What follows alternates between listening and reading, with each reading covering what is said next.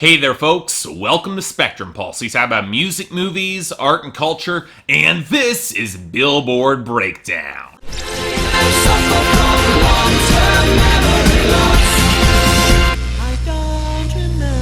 So, a week or so back, I might have said on the show that I was gearing up for one of the worst upcoming album release dates in recent memory. And yet, seemingly days or even hours after I said that, all my concerns seemed to melt away. Both Iggy Azalea and Ray Shremmer pushed back their albums, and that just leaves me with Riff Raff, and I can handle him. But apparently the universe was unwilling to let me get off that easy, because from a quick look through the charts, we have a really bad week ahead of us here, folks, so strap in. But surely, you say, it can't be all that bad, just look at our top 10. And I did. The problem is that it's far from good. One Dance by Drake, Kyle, and Wizkid still holds the number one thanks to streaming, although considerable sales and a narrowing airplay gap do prove that it's got some staying power even without a video. And while I'm not complaining that Justin Timberlake took Can't Stop the Feeling up to number 2 on airplay and sales, the continued weaknesses on streaming means it's not gonna last long there or get any higher. Hell, it only managed to push past Panda by Desiigner at number 3 because sales and airplay are finally falling off for that song, and even then, not fast enough. Now, you'd think Don't Let Me Down by the Chainsmokers featuring Dea would be primed to go higher than number 4 with airplay momentum and decent sales, but there isn't a huge streaming push or YouTube. I don't really think it's got the traction for it, if I'm being honest. That's even more the case for Work From Home by Fifth Harmony featuring Ty Dolla $ign, which might be holding its streaming and YouTube to hold at number 5, but is losing airplay and sales hard. This makes it vulnerable to a major challenge from This Is What You Came For by Calvin Harris and Rihanna, which has got airplay, sales, and streaming momentum. It's only a matter of time before the video unpacks the charts too. It went up to number 6 this week, but I can see it going higher. Not quite the case for Rihanna's other hit though, Needed Me, which rose up to number 7, but less on its own strengths. It might have airplay and streaming traction, but nobody is buying this song, and you need sales to get you any higher here. Then you have the Rihanna ripoff from Sia and Sean Paul with Cheap Thrills being our first new entry in the top 10 at number 8. With huge airplay and considerable sales and streaming behind it, and even with some YouTube for added momentum. Of course, it was able to get here partially on the weaknesses of I Took a Pill in Ibiza by Mike Posner, which fell down to number 9 as sales and streaming evaporated, airplay was kind of shaky, and even YouTube took a hit. And then we have our second new top 10 entry at number 10, Don't Mind by Kent Jones. A new track riding up some airplay and streaming gains, and even some sales despite being a mostly lousy song. And that is the overriding problem. If I were to average the scores out of 5 that I would give each song in the top 10, it'd come out to maybe under a 3, which is barely passing. But fine, you know what?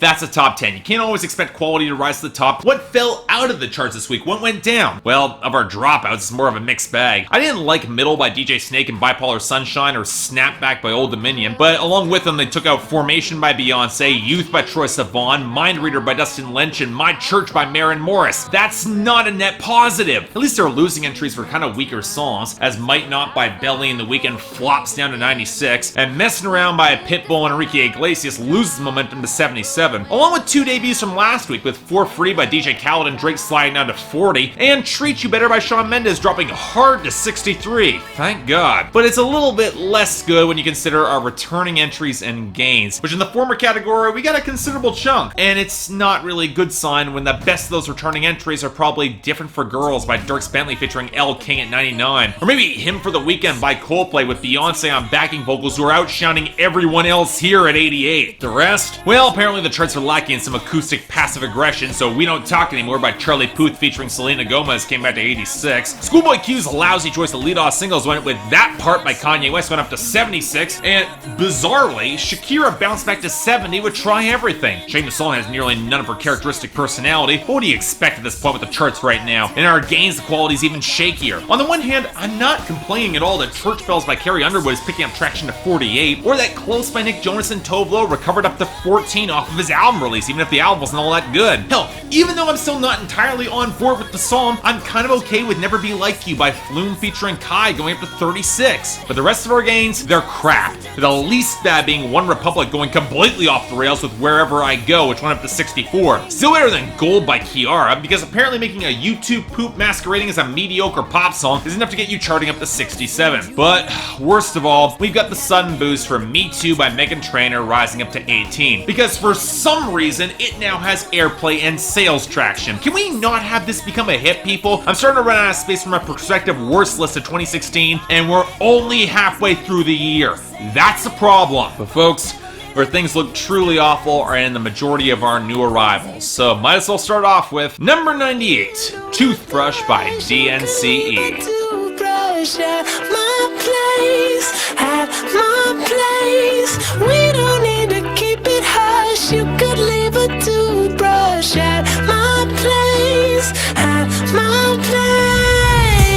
You know, it's almost fitting that in the same week Nick Jonas's album impacted the charts, his brother's band also got a boost with their second single. And you know, I was willing to give DNCE another chance. Sure, Cake by the Ocean is annoying as hell, but one bad song doesn't make or break a band. And you know what, to be fair, Toothbrush is a little bit better, but only barely. It still has the problem of a hook that pushes Joe Jonas into his falsetto range, which never sounds all that good, and trying for sexual innuendo in some of the clumsiest, safest ways possible. I mean, with a bouncy plastic production on the guitars and percussion, this song could soundtrack Disney TV movies. It's not like the bass line is actually allowed to cut loose behind the odd muffled film piled all over it, and the most explicit it ever gets is describing this girl in her underwear, wearing his t-shirt, and suddenly I'm getting Thomas Rhett flashbacks, ugh. But you know what, after listening to a record from the Red Hot Chili Peppers that even toned down still has so much more funk and punch than this, it's clear that DNCE, they still play in the kiddie pool. Next, number 94, My PYT by Wale featuring Sam Sneak. You need some loving from a real one. I wanna love you, pretty young thing. You need some loving, and I'm a real one. You know, I haven't talked much about Wale on my show, even though I do find him a pretty fascinating but kind of frustrating artist. The sort of guy who's got some big ideas and ambition but only manages to stick the landing every once in a while. I didn't review the album about nothing, most because a few listens convinced me that while I appreciated the Seinfeld homage in concept, it was not going to stick the landing. But I didn't mind that song he did with Usher last year, most because Usher ran away with the song completely. Now, with this being the lead-off single for his next solo album, well, okay, the first thing you'd recognize is the hook, which is a blatant lip from Michael Jackson's PYT, a song that actually has tightness and punch that Wale's drone cannot remotely approach, even as he actually samples Marvin Gaye's Sexual Healing for his instrumentation. I mean, seriously, a state of Marvin Gaye. I might understand going after Robin Thicke for Blurred Lines, but what is it with you for giving away sample rights from one of your most iconic songs to these below-average R&B songs? And make no mistake, this is below average at best, with Sam Sneak doing his best Schoolboy Q impression plus auto-tune, gross, and Wale flubbing his way through rhymes as he lazily croons his way through a standard R&B hookup song. Sorry Wale, but fetish does not rhyme with either, you does not rhyme with shorty, and bragging about giving a girl all of Kylie Jenner's lipsticks is still a poor attempt at flattery, especially when it takes you until the end of the song to ask for her name. It's another vivid excuse that co-opting the music and hooks of better artists doesn't even come close to giving you their game. And this, I'm sorry, flat out embarrassing. Number 92, Money Longer by Lil Uzi Vert. Smoking that gas, got all that sign and shit on the powder. Nowadays, I am on my head, I got sadder. Money got longer, speaker got louder, car got faster. Money so old, dollar spoiled. Yeah, my little bitch so spoiled.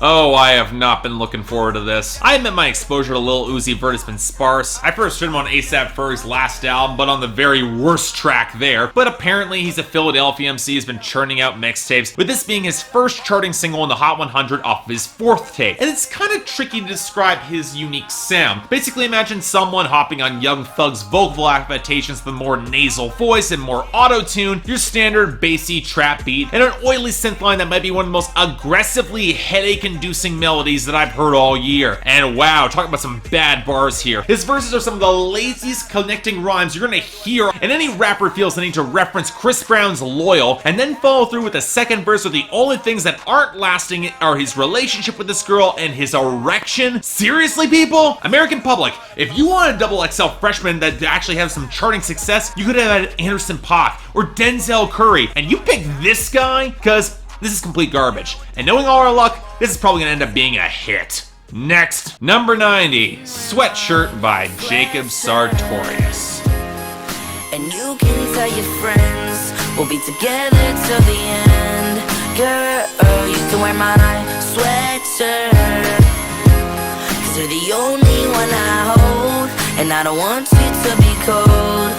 So baby, wear mine. And here's the song that I can imagine so many people are gonna want me to rip to shreds. The bottom of the barrel when it comes to Vine stars getting famous too fast and too young. So those of you who are not in the know, lucky you, Jacob Sartorius is a 13-year-old Vine and Musical.ly star known for lip sync videos and this being his lead-off music single. In other words, I was not expecting Justin Bieber here. As much as Justin Bieber's recent material is devoid of likable vocal personality, or any vocal personality, you can make the argument that he at least had real instrumental chops and talent when Scooter Braun signed him. Sartorius, on the other hand, he doesn't even have that, which means we have something a lot closer to a Rebecca Black sort of situation. And that also means there's a limit to how angry I can get at Jacob Sartorius himself. As much as fame sounds like it's gone to this kid's head, it's more appropriate to blame the music and marketing slime who convinced them that this was a good idea and looking to profit off his fangirls. Cause, let's be honest here, there's no way around how atrocious this song is on every level, especially musically. That acoustic guitar, a horrible squealing synth on the hook, and compression crushing all the instruments to a fuzzy, ear-bleeding cheese grater sort of quality. And of course, Jacob Sartorius, he's out of his depth here, as the auto-tune tries to crowbar his voice in a tune. But okay, what about the lyrics? Well, what about them? Half are obviously cribbed from Drake, and the other half are from far better sweater-related songs, both Weezer and Headley here. But you know what? The larger issue is that even on the level of so bad it's audio torture, it's not even particularly mimetic, so when it's used for enhanced interrogations, it won't stick in the brain like Friday did. So, okay, here's my suggestion, people. Yeah, the song is horrendous, and Jacob Sartorius is far past the point of overexposure on the internet at this point, but can we please not make this a thing, even to make fun of it? The harder we ignore the song, the sooner it will all go away. Number 87,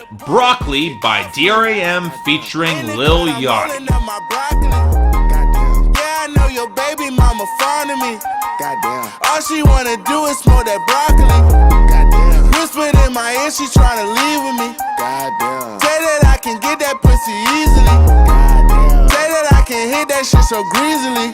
Goddamn. I'm a dirty dog, I did it sleazily. So to help you all relax a bit after the arsenic-laced sandpaper that was Sweatshirt, here's a song about weed from an artist affiliated with Chainz the Rapper and yet another XXL freshman. Now, D.R.A.M. is a Virginia artist who's a slightly rougher voice than Chainz, and this is also his first charting single on the Hot 100, and you know what, maybe I'm just scarred by the past few songs, but I actually found this pretty enjoyable. Now, it's not without its problems. That bass is way too thick to really balance well with the treble keys, and I can't say the flute on the hook is all that impressive, but it does lend the song a certain ramshackle, cheerful vibe that fits D.R.A.M.'s slightly off-kilter flexing on his verse. And I have to admit, despite many of the shallow references and how, yet again, he's taking somebody else's baby mama, there are some pieces that I kinda like about this guy. His bridge yelping reminds me a bit of Fetty Wap in a good way, and his flow leads to a memorable line, "All I wanted was the fame and every game they made on Sega." That, along with how the song seems more like a celebration of success and how he seems genuine in asserting how he treats people equally, having made the track pretty likable, I can buy into this, mostly because he's in contrast to Lil Yachty. I've never really been all that fond of Lil Yachty's slightly more melodic, future-esque delivery. Yeah, you're biting somebody else's flow. Don't even pretend you're original here. And when you throw in lines like "turning this shit to Columbine" or 50 Shades of Grey beat the pussy like Hulk Hogan, I'm not exactly on board with this guy. I'm sorry. In a better week, this song would not hold up all that well at all, but here, sad fact is that I'd probably take this over most of everything else I've heard, with the exception of, finally, number 71, Champions by Kanye West, Gucci Mane, Big Sean, 2 Chainz, Travis Scott, Yo Gotti, Quavo, and Desiigner. Big boy in the morning. Champions, we run the city. Number one, they falling from the top. Round and round they go. Big boy in the morning. Round and round. Big boy in the morning.